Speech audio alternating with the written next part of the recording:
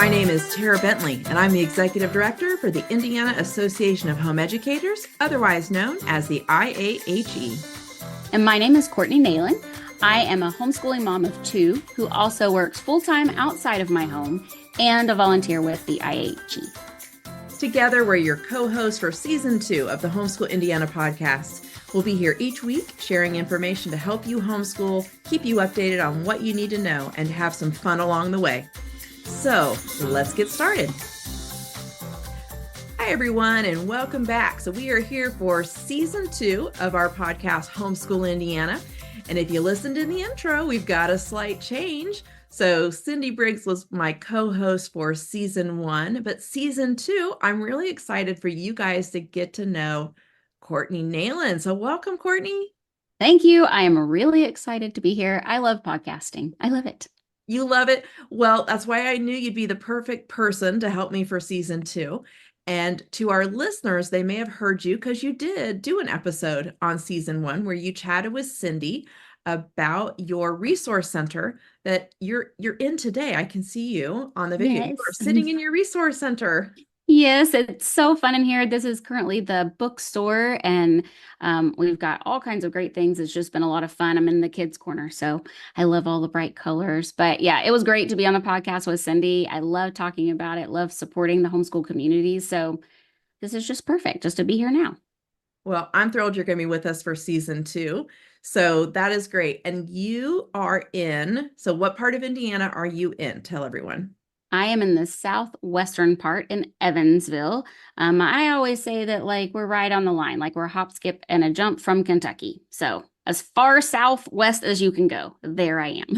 Well, that's okay because I am in the most southeast corner of Indiana. So I'm actually just outside of Kentucky and Ohio as well. Oh, there you go.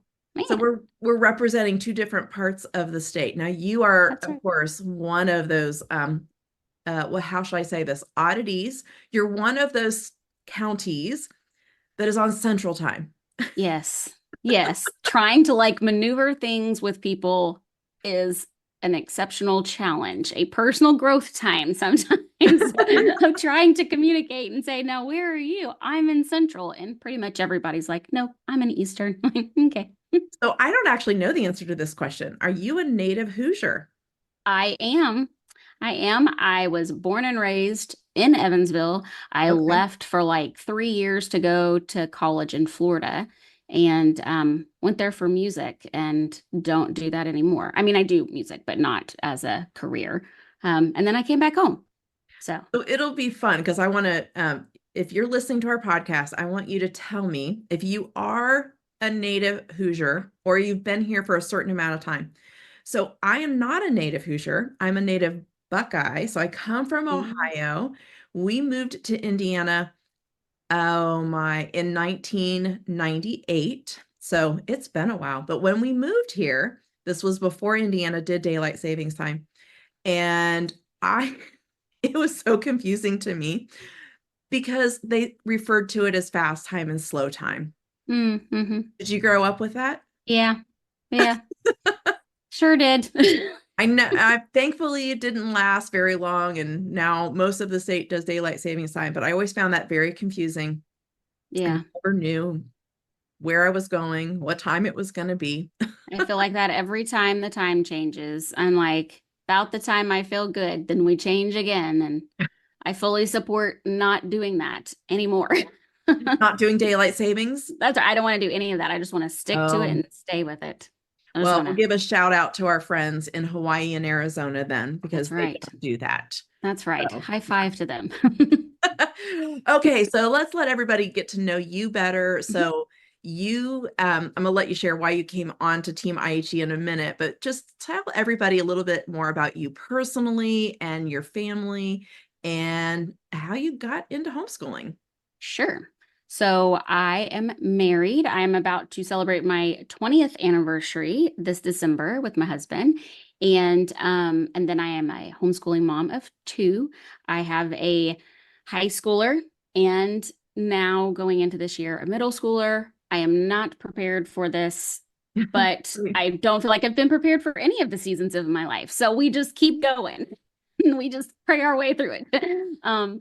But other than that, we've been homeschooling from the beginning. It was a situation where we knew that we didn't want our kids to go into the public school system, but we couldn't afford the private school. We actually made too much for like the funding, like to get like a coupon or whatever discount and that kind of stuff. But then we didn't make enough to pay the monthly tuition.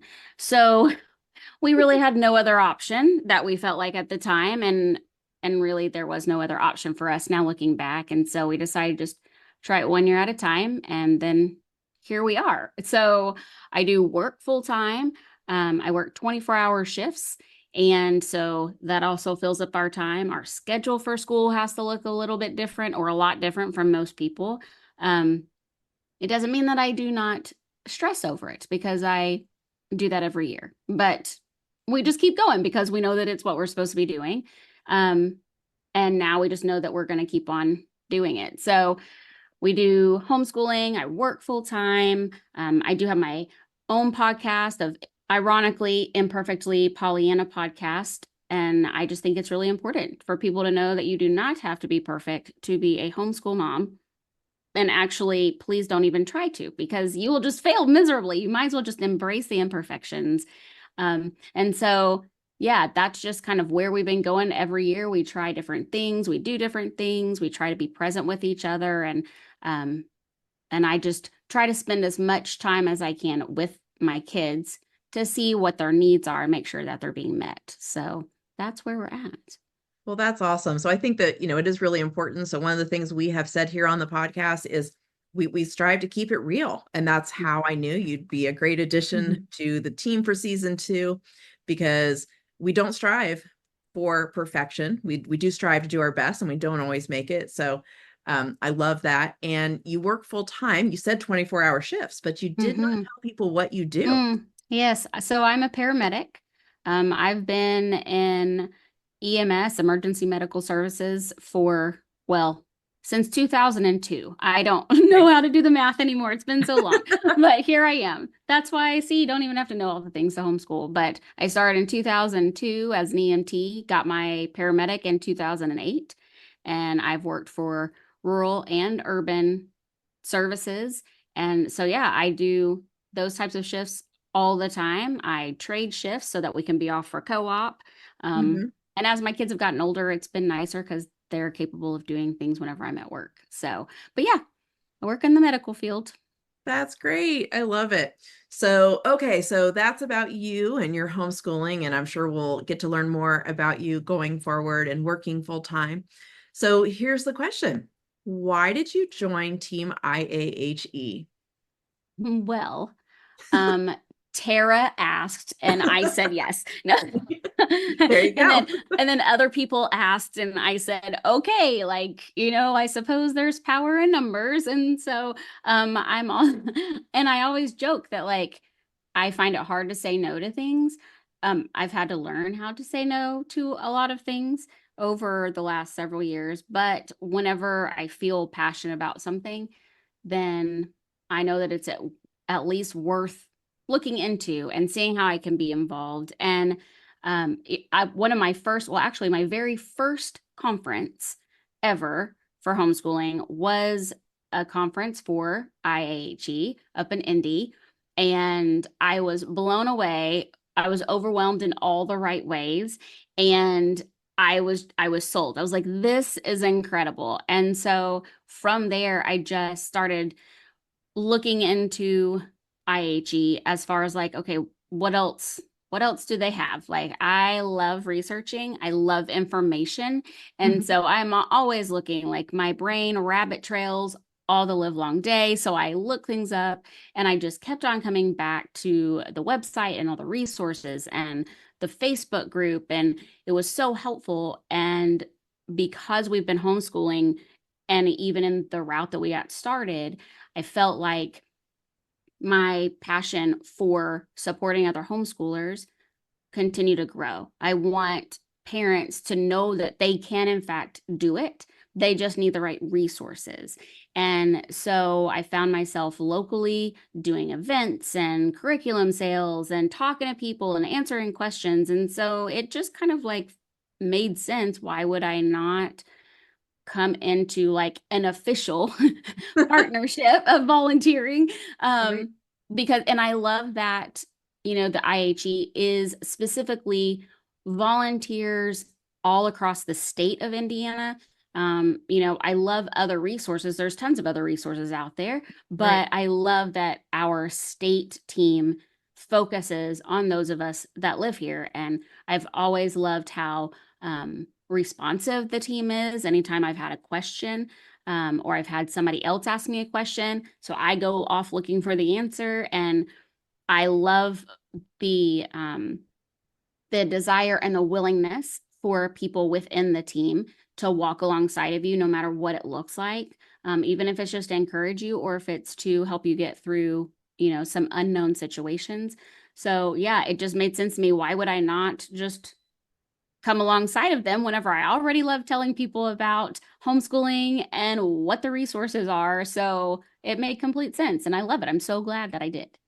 Well, I'm so glad. I'm glad to have you now here on the podcast. You also you help as like a speaker care coordinator. So that puts you in communication with a lot of our speakers that we bring in each year, and you do a great job there assisting Penny Taylor with that. You're also the regional rep down in your area. And it's great. And now you get to be on the podcast. I mean, I know. Like I just get it. It's like being baptized and all the things. that's right. There's always room for more. That's right. So you and I were chatting a little bit before we started recording, and we're smack dab in the middle of back to school season. And now that back to school season, I do have to say it is very different. It's very interesting to me because public schools in my area, and I think mostly across the state, like they start in July in many spaces. Yeah. And so for a lot of public school families, back to school season is like July. It could be as early as like the 20th. It's crazy. Yeah. And so if you're a new homeschool parent, you're probably thinking back to school season is August. And for many, it is. Now, I will say there's a lot, the more veteran you are, sometimes you err on the week after Labor Day, right? So it does vary a lot. My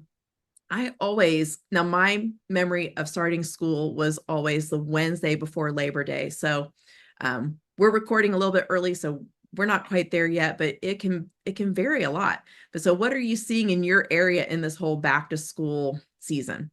Yes, I agree with all things. Whenever, like, I was not homeschooled, I went to a private school all the way up through 8th grade and then public school for high school.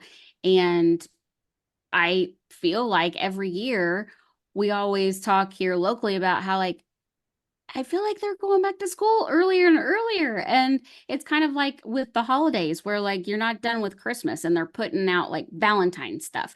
Right. So they're like school's out, and then a month later they have school supplies out. Yeah.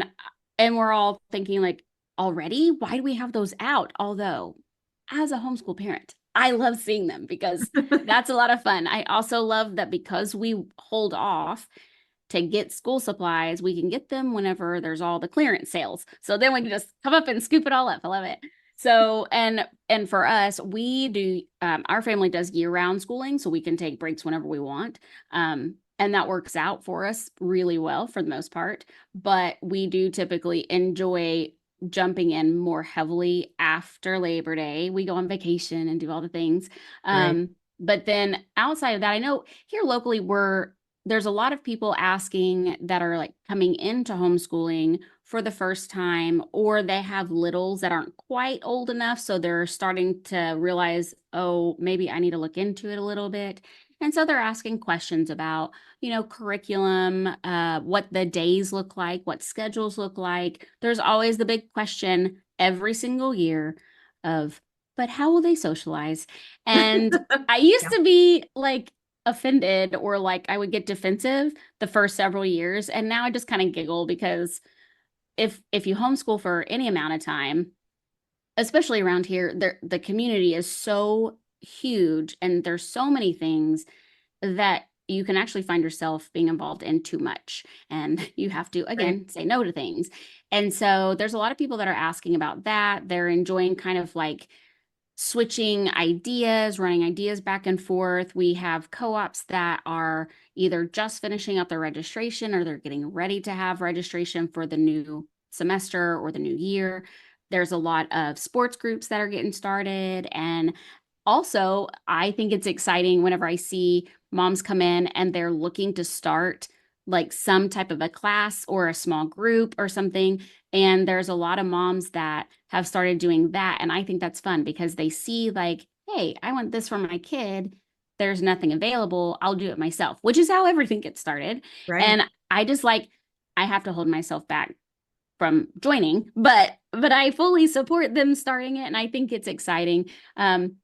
So yeah, I think everybody, for the most part, you have like a split group of people here where most people, if they're veteran parents, then they're kind of in their thing. They know what they're looking for, even if they're changing stuff, they kind of have a good groove going on. And then you have the other half that's still trying to figure it out because they're either not started yet or they're within those first couple of years where everything's rocky and falling apart. So, Right. but yeah, I think that's about it's a good mix, I would say. There's a good mix of people. So for you, those who are listening, if you have not found local groups for you, let me tell you two resources on the IHE website. If you're looking for sports teams, that is public information on our website. You can go under resources and find sports.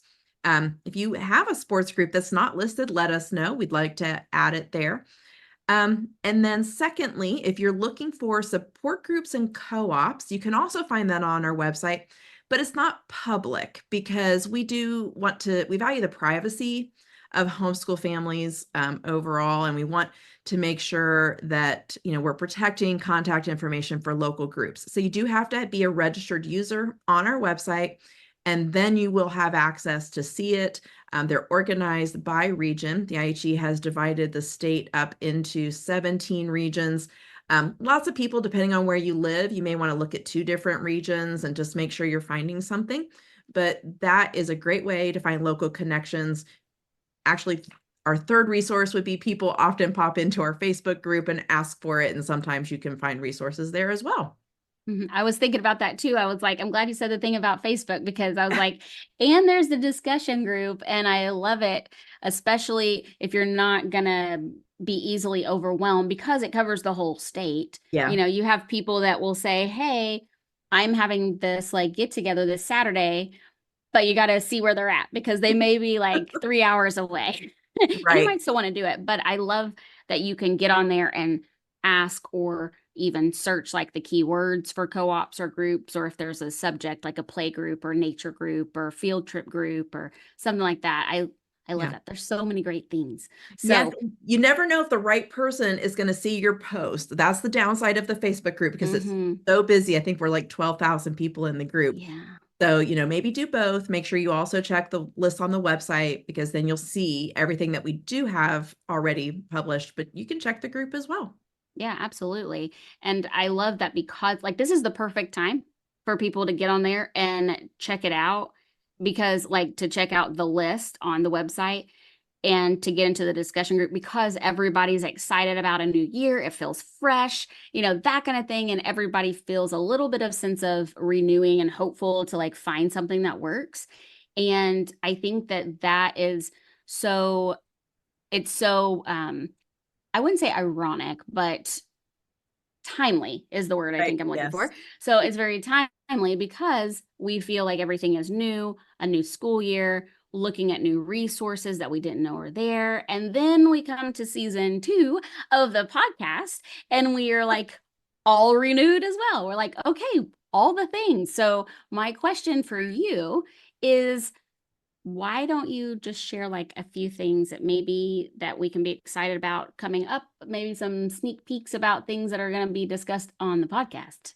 Oh, I can do that. So we are really excited. Like I said, we jumped into season 1. We weren't really planning that far ahead, but I'm excited. We're here for season 2. We have some exciting things coming up. And so we are going to give you, as always, some legislative information as it becomes important to you and relevant. And so what we saw this summer was the Department of Education making the rounds of some diploma changes that really created a lot of buzz on social media and actually across the state, even with the main media. And so while we know that Indiana homeschoolers aren't bound to those diploma requirements, it was quite a shift, caused a lot of concern. And so there's been some updates to that, even that proposed round. And so we're going to bring back Kylene Varner, our legislative liaison. She'll give you guys an update on those proposed changes to the diplomas. We're going to be bringing you speakers from conference for next year. So that is very exciting. And we have some new tools coming that we're going to share with you guys too. So we have, unless you live in a cave, you know that AI is all the thing, all the rage everywhere. And so we've got something coming for you guys on our website that features AI in a really exciting way. And we're probably going to have a couple episodes about that as well. So coming up, so that'll be really exciting. And then we're also going to take the time to look back one more time and speak to at least one, if not two, of IAHE's founders. This year, we were hoping to end season 1 with that, but it did not. Circumstances happened and we weren't able to make that happen. But we definitely believe in honoring our past here. We celebrated our 40th anniversary last year in 2023, but we remain ever vigilant and ever grateful for those individuals that founded this organization, other organizations across the country, but they are the reason that we have the freedom that we have. And so we're definitely going to make sure we make that happen this season. So those are some of the highlights, Courtney. That's so exciting. Like I'm sitting here, I'm listening and I'm like, oh yes, that's so good. Yes, tell me more. Like, like I'm not sitting here talking to you right now. Like I'm just listening to the podcast itself, but I'm really excited about it. I know like I would love to hear also like from anybody that is listening, what are some things that maybe they would like to have on the podcast? What are some topics or maybe some people that they would like to see interviewed? Yes. Or they're like, I don't know who you would interview about it, but I'd love for you to talk to somebody about XYZ. I just think that it's always interesting because sometimes people will mention things. I'm like, oh yeah, I'd kind of like to know about that too. Not that I need more things to research. So yes, please put it on the podcast so I can just listen to one thing and research right there. But yeah, I'm excited. I think that there's a lot of great things, great interviews coming, great topics, and all of that. And I think that right now, the one episode or the couple of episodes that I'm most excited to hear about is especially like with Kylene. I love listening to her with all the legislative stuff happening. I love going and finding out more information with, the action team and see what's going on that government level on like a grander scale, but still on our state, what affects us. And I love that the team is always like Kylene and the rest of the team are always looking and seeing what's going on. How can we help? How can we protect our freedom? And so one of those things I know I have not personally been able to work out coming yet, but I am really excited and I want to be intentional about getting up to Capitol Day with some, and I know we've got several exciting events that we recently shared. I'm excited about all of them. Like, I feel like I'm like, yes, I'm excited about this. I'm excited about that. And people are like, she's just really excited. And I say, yes, good job. Yes, I am. So, but as far as like Capitol Day, could you share just like, since I've never been, of course, like what is that all about? What's the purpose? What can we do while we're there? What is all that about? Yeah, so very exciting to continue our Capitol Day tradition. So the date for this year is January 23rd. And I will commiserate with you because when you're busy in the trenches of homeschooling, it is hard. It is hard to make the day. I did not make it when I was first homeschooling. I found it a little bit intimidating, right? I didn't really understand what the event was. Why should I go? And so I guess I'll answer those questions for you. So it is just an educational day at the Capitol in the State House. And you are there to, it's a learning opportunity for you both as parents and for your kids to learn about the state house, learn about how laws are made here in Indiana. You can interact with your elected officials. It is not required. Like, we highly encourage you to, because there is nothing that protects freedom more than a relationship between an elected official and a homeschool family who's doing it well, who that elected official, when they're faced with, a myth or a charge that homeschooling parents aren't doing a good job, they're like, wait a minute, I know homeschoolers in my area, and I know that they're doing a good job.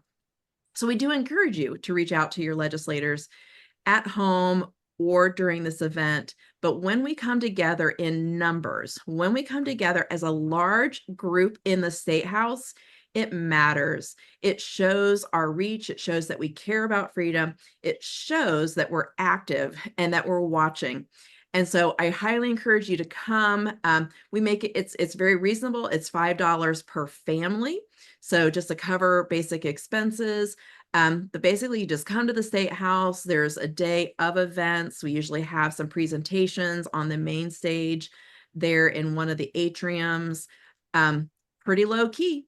And you don't have to wear a suit and tie. Now you can. And we used to say, wear your church clothes, right? In today's world, that that may not be, Could be anything. Could be anything. So maybe wear your church clothes of that doesn't quite sound right either, but right, like before we went completely casual as a society. So dress a little bit nicer, because we're representing the homeschool community in a professional space.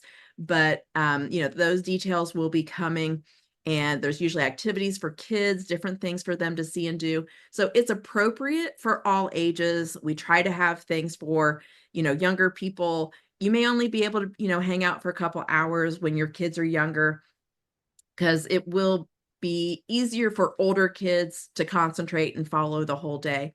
But it definitely is a family event if everyone can make it. Well, it sounds fun. I think it sounds so great. Every time I've seen like even pictures posted afterwards, I'm like, oh, that looks so great. And I just think what a good experience to be able to have as a family, like not just your kids, and not just you, but as a family being able to do that. And also it's a win-win because it's a school day. Like that totally counts. Right. And I think that let me make this final point before we move on, because what is most important, I think, for new homeschoolers to realize is that homeschool freedom is decided at the state level. This is not a nationally, no one has control over homeschoolers, right? Like, we know things can happen, but every single state has their own laws that manage the freedom of homeschoolers. And here in Indiana, we are considered low regulation, which is awesome. Like, we love it. We are definitely one of the freest in the country. But we have to maintain those rights every single year. And every single year we read bills that can, that are put there, and sometimes unintentionally, that could impact our freedom. But what you do at the state level matters. And it is probably the most important thing that you can do. And while we love our friends at HSLDA, and we do love our friends at HSLDA, they are a national organization. They are really there to protect you as an individual family if something happens, if CPS comes, if something bad happens at the core level, if you have an attack on your family. But when it comes to regulations and laws, that's us. That's your state organization. Together, IAHE and IAHE Action. And we work together to watch the issues and make sure families remain free. I love it. I love it. And you're so spot on. I mean, of course you are, but like you kind of like know things. I know things, yeah. You're kind of aware of those things. And I think that's great. But it's a very good point that I think sometimes we kind of watch what other people are doing in other states. And it can become confusing as to like, well, does that mean I have to do that? Or why don't we do that? And I know Indiana, I mean, I love that we homeschool in Indiana. In fact, whenever we have talked about moving from the state, like over the years, I'm always like, but Indiana's homeschooling laws are fantastic. So Right. I'm like partial. So we just like stay here because we love it so much. And I think that it goes to say too that like whenever we do look, like the whole comparison game can also be seen not from state to state. Like in general, we are human beings. We compare ourselves to one another. We try not to compare our homeschool kids to the public school kids because the education way is like completely different. It's like apples and oranges. And I think that even I have been guilty of even having the comparison game from homeschool family because you see what somebody else is using and you're like, oh, well, their kids are this way. So maybe I need to use what they're using so Right. that my kids can do that because I see that as being successful, but we don't see behind the scenes. And so, which is why I love the whole imperfect idea because nope, what you see is like, surface level. There's Right. a lot of things that are different, and that's okay. It's okay to be different. And I think that it's easy to become overwhelmed with those options, which I'm just going to segue right into it. Speaking of options of how we can do it, because we've talked about Capital Day, and there's some more events that are coming up that the keyword for today is excited, that I'm excited Yes. about. Um, and that would be about the upcoming conferences, not just this next one, but the one after that. I mean, I am pumped. I am pumped about all the things, and I think it's such a great way to kind of lessen your feeling of overwhelm and narrow down those options that you keep on comparing, and hear like all the good things. So I'm going to just ask you to just tell us all about it. Oh, I am so excited. So we have been kind of hunting for the past couple years. We've still been transitioning out of COVID. We had 2 years where our conference was parents only as we were, looking for the right space to get back and expand. And we have found it. We are so excited. We have two conferences kind of on our website right now. You can get the basic bare bones information. More details will be coming. But we're going to go north and south. We are so excited to get outside of central Indiana for a period of time. Obviously, our conference has been in Indianapolis for decades, and we're just having so much fun planning these two events in these two beautiful cities in Indiana. So we're headed to Fort Wayne, Indiana for 2025, and we are headed to French Lick in 2026. So the I'm so dates you'll excited. so excited. I can see your little fist pumping in the air. It's mine Yes. too. So the dates and everything are on our website. We'll put it in the show notes. But this is so exciting. And but beyond that, the whole family, like we're back to having space to bring your teens and your children, and all of those details will be coming. But I have a personal affinity. If you didn't already see the video that I made for the first announcement, I have a personal affinity for Fort Wayne because of the Allen County Public Library and its genealogy center. But it is a great family friendly city. It is walkable. They have things for the kids. Both of these venues have the hotels attached. We're in March. So when I say walkable, it is March. You're not going to be out hanging out in the park. Maybe we've had all kinds of different weather, but really exciting. And we have a handful of speakers already planned for 2025 and maybe even for 2026, but I can't share those yet. And so it's just gonna be fun, like just fun, fun, fun, even without the speakers, just to connect with other like-minded parents, to sit and be encouraged. And, we love our speakers. We bring in speakers from across the country, but even our own people have a lot of wisdom to share. Courtney, you've been a speaker for the past 2 years, and I know that people have been blessed and encouraged by what you have shared. And so, we really work to make sure that, these sessions are not only encouraging for moms, we have sessions for the whole family, sessions for dads. We're really excited, to have them come as well. Practical helps on how to do different things, practical helps on teaching history or math or whatever it is, how to homeschool multiple children, how to homeschool and do it, on a budget. All of these things you will hear at the conferences. So I'm thrilled. I'm thrilled. And Yes. don't ask me too many details, Courtney, but what other questions would you have general? Fine. I will control myself. But we will eventually get some more details out of you as it is appropriate. Yeah, that's fair. That's very fair. So yeah, I know that, I've attended as a guest and I've attended, like you said, the last couple of years as a speaker. I love all things conference. I really feel like it's like Christmas time, and Christmas is my favorite time of the year. Right. So it's Christmas and then it's the IHE conference. And I think that it's great that we're getting the families, because my kids have not experienced like the kids stuff. Because Right. whenever I was coming beforehand, it was either I came without them or it was like a speed in and leave. So the idea of having all that, and I know that I love that because it is our in our state, have being able to meet people from around the state, and then you get to see them like the next time around, and then you start building these relationships with people that you only get to see the one time a year, but it's a whole family reunion with people that I only met 2 years ago because they came to hear a talk or something like Right. that.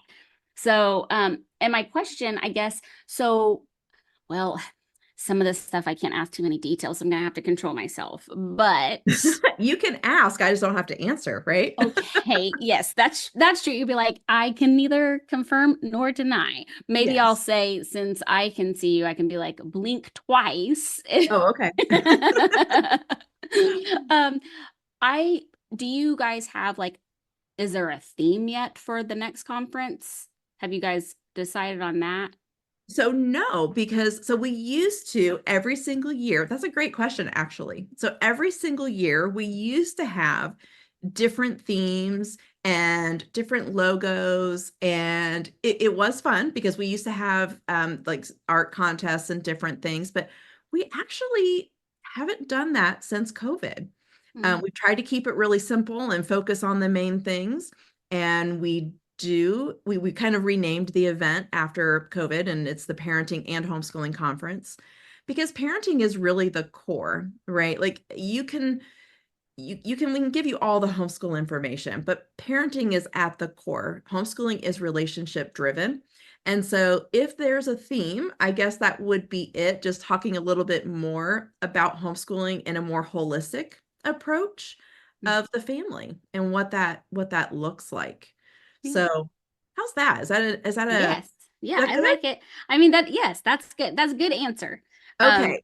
And maybe I I'm just didn't a big mention. theme person, I'm like, Oh, okay. We didn't mention the fact that this is a shopping event. yes. So let's talk about the exhibit hall just a little bit, because we know you can order everything online. I mean, I don't know about the rest of you, but my stack of Amazon boxes is Hmm. always, 10 feet high. You can order all of your curriculum online, but there is nothing like thumbing through it, looking through it, asking questions from the actual company, and, being able to get feedback. And when you do shop online, you do a couple of, when you shop on site, you do a couple of things. You support those companies who spent their time and energy and money to come and be there. And then you support our event because you keep them wanting to come back. When they know that this family is not going to stand in their booth and Google a book on Amazon, Right. right? Like, we want you to shop on site. So make your plans, the shop on site. It keeps the event strong, and we look for. I have a hard time walking the hall and not shopping, even though I haven't homeschooled for 10 years. Yeah.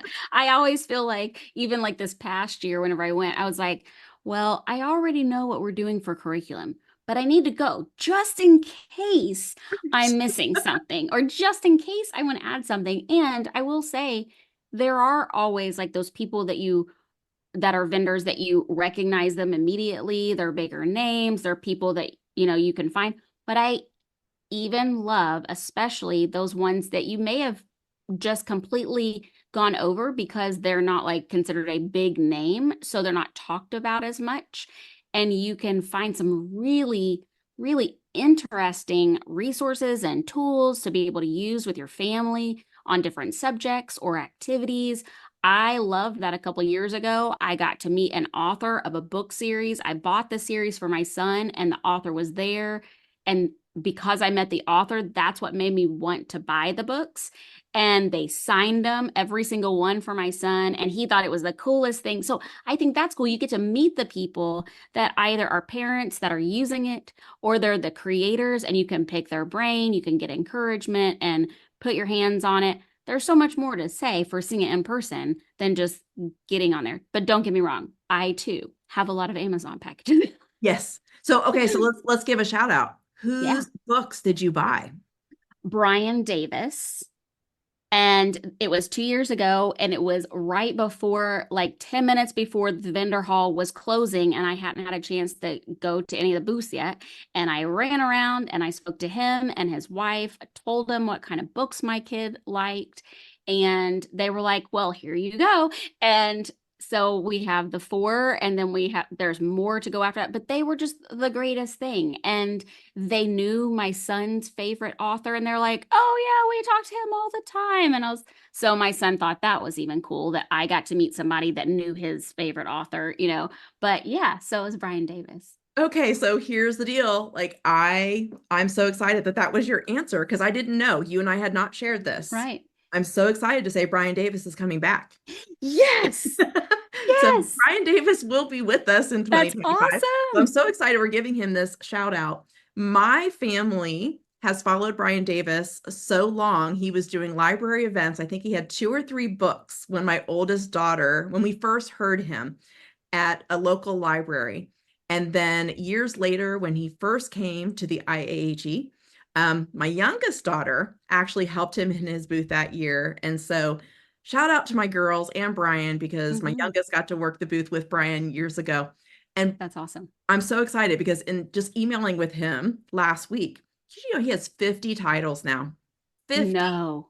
So exciting to know awesome. that my girls have been following him from the early days. And so to know, okay, guys, now you got to come here, Brian Davis. There is a sneak peek for you. Your final sneak peek for this episode. Yes, that's exciting. I can't wait to tell my son and be like, and we get to go as a family, so you can meet him too. That's awesome. That's so there you go. You can meet Brian Davis. There's the first exhibitor announcement of the day. Well, thank you, Courtney. This has been so much fun to, kick off season 2 with you. I'm so excited. We gave you guys a lot of information. Hopefully, it's helpful. Hopefully you'll make plans to join us, Capital Day, conferences, and to follow along. And can't wait till next time. So excited.